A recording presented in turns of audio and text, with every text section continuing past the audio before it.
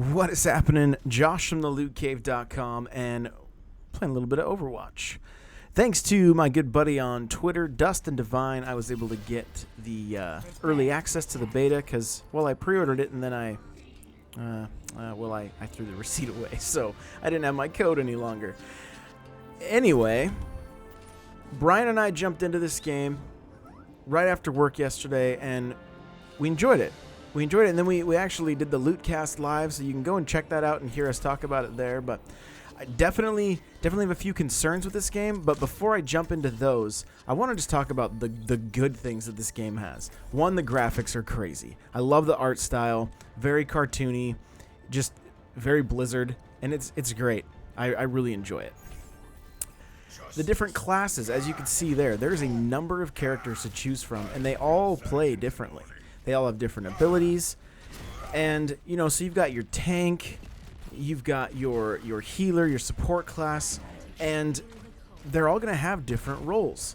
Now, the reason I'm playing this character with the shield here is because the game we played prior, we just mowed over the other team because they just kept walking into our turrets. They didn't do anything to protect each other.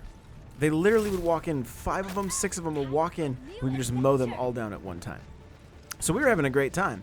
But I looked at that and said, okay, there's got to be a way to counter it, right? Because for every character there's a counter. And so for this one, I'm like, you know what? I'm going to pick this big slow tank, and we're going to see how his shield does.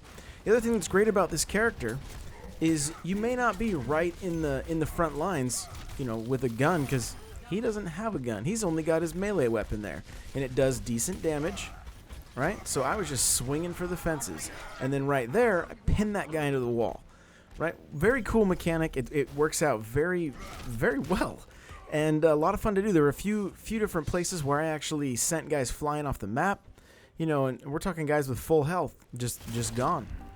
So this character is great if you are not real comfortable with just shooting in first-person shooters, but you still want to be able to play a role. The other role that's really good for that is the healer role, and when Brian was playing the healer role, we were typically winning, and when he wasn't, we were dying awfully quick. So him and I switched off a few times. There was a time I switched after we finished up the Lootcast live. We kept playing, and we had almost a full team with Scrap Gear and Matman and I'm trying to think of who else jumped in there with us. My mind is kind of going blank at the moment, but we were in there, Infamous Band-Aid, and we were having a good time. It was fun. But we noticed when nobody was playing the healer, we were all dying really quick. There you can see I sent somebody flying off the edge. And so we had a round where we were losing pretty badly, and I switched up my character to the healer, and we came back and won very efficiently because the healer not only drops the heal, but it also brings you can do a damage increase if everybody's healed. And the great thing is you can see, as the healer, you can see who is needing to be healed. They have a little critical box on them. The game really helps to show you what you need to do when you're in your role. And that's great. It's awesome. So most of the game types are like attack and defend. Nothing wrong with that. My only concern is that we don't get to see all of these gorgeous maps, or at least fight in all the areas, because you're basically forced to the choke point that is the control area. Now there's an escort level, and those are more just like a windy street, more or less, with a few areas to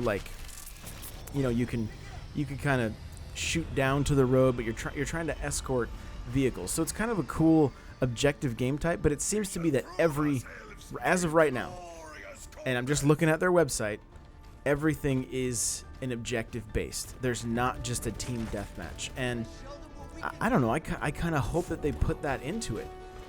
The other game I can think of that we didn't see a team deathmatch in that was strictly objective based is Rainbow Six. And I don't know the reason for it.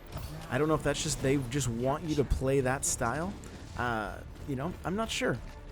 But I was hoping for a team deathmatch game mode in Rainbow Six. I still am. just because that's how Rainbow used to be played. Now, they made the character specifically for the objective game modes, and you can see that that's kind of the case here. If everybody was all spread out and not at those choke points, it really changes the way this game plays. Because if you get tag team, I mean, like any first-person shooter, you get tag team 1-on-2. Typically, you're not gonna win. So, it does force your team to stay together when you are not playing with your friends that have good communication. So again, that helps. It does help. I'm just a team deathmatch fan. I can't deny that. But it's not here, and it's not deterring from the gameplay experience. As you can see, I just boosted right off of the edge there. So you got to be careful with that move for sure. So it also gets into my concerns with this game. Is this game worth a $60 purchase? There's 12 maps, basically 3 maps per different per each game mode. And so, does that justify a $60 purchase?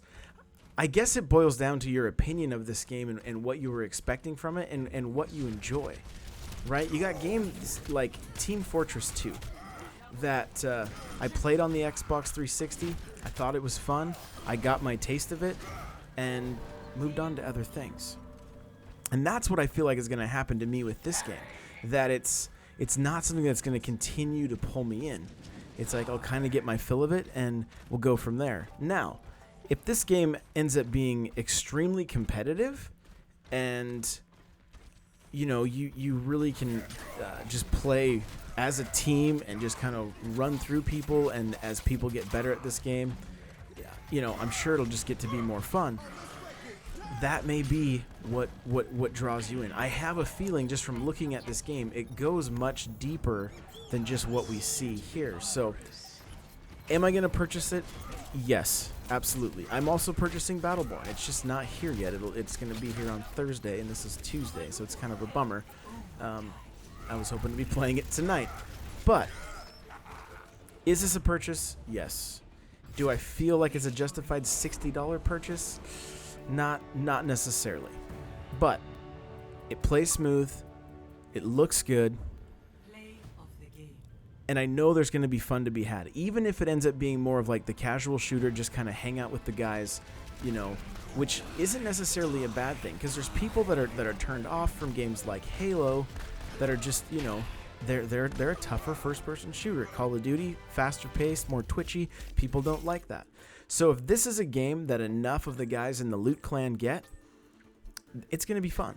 It's going to be fun because it'll be the game that we can all throw in and play together. And we haven't had that in a while. Destiny was that game.